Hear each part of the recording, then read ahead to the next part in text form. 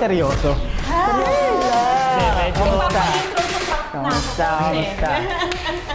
Okay guys, Hello po. Hello po. si Coach Dustin ang ating kasama ngayon, ang tutulong sa atin ngayon. Okay, ang episode ngayon, ayun na. Ang style na napunta sa atin ay, obviously, Coach Dustin. It's Crown! Crown. Tama yan! Ganon! Atin to. Yes! Atin yan, prompt na agad. Okay, pero, hindi siya pero eh. Parang it's a good thing na yung folklore na napunta sa atin ay tikbalang. Anong interesting know-how. Sino sa inyo? Ikaw, paano pag ikaw yung tikbalang? Parang ang gandang tikbalang. Ang poging tikbalang. Ano ba? Wala na lang. Kami na lang kaya. Okay. So ayun, feeling ko, stretch muna tayo maigit. Saka mag-warm up kasi Crumb's very grounded and very aggressive. So we need to like warm natin yung mga muscles natin. Okay pa. And may tuturo si Coach Dustin sa atin na choreo, which is very, very good. And excited na ba kayo? Yes! Nervous, pero sige lang. Laban. Laban lang. Laban. Excited kaming dalawa actually. Yes. Kung paano to magta-turn out. Okay, let's go. Let's go! Let's go. Okay.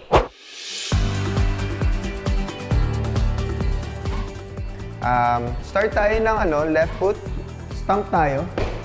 Pero parang nagmamarch lang tayo nito pa forward. 1, 2, 3, 4, 5, 6, 7. Okay?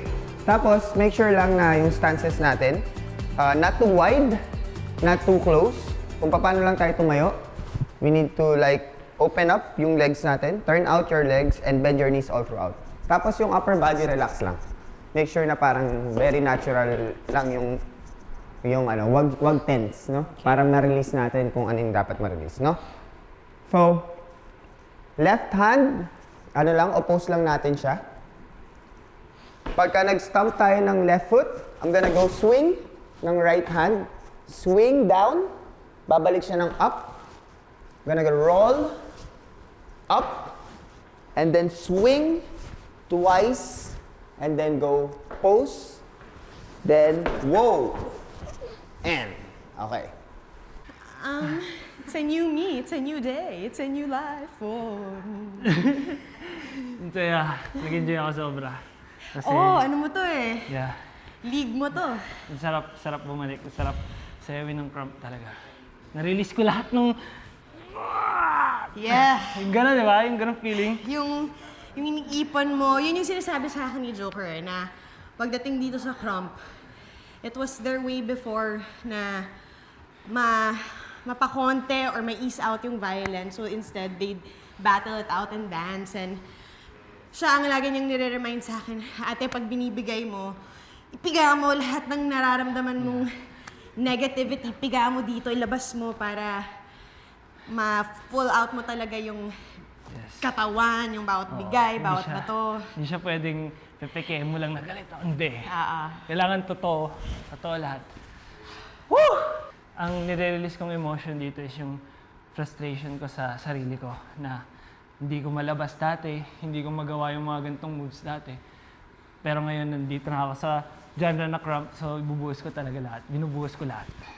Lahat ng frustration. At hindi ko magawa. Ganon. I release myself. Yes, I feel like madami ring negativity na baon na kailangan din nating i-let go. And also, you need to feel it. So, ito din, I guess, isa sa mga paraan para maramdaman mo yon na na-channel siya ng maganda. Endorphins ang lumalabas kesa na yung galit, diba? But I also release my breath. Out of breath. I release my breath. I release you. Uwi na tayo. Tara. My struggles. Pike, diretso.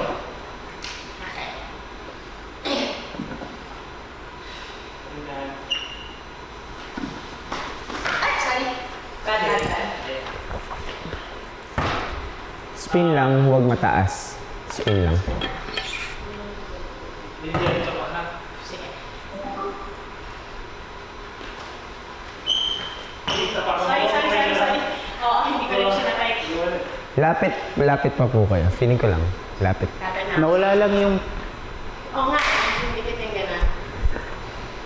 So guys. Relax.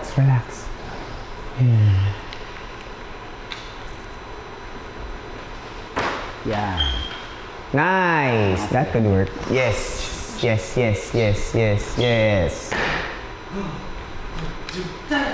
Boom. Yo. Jump.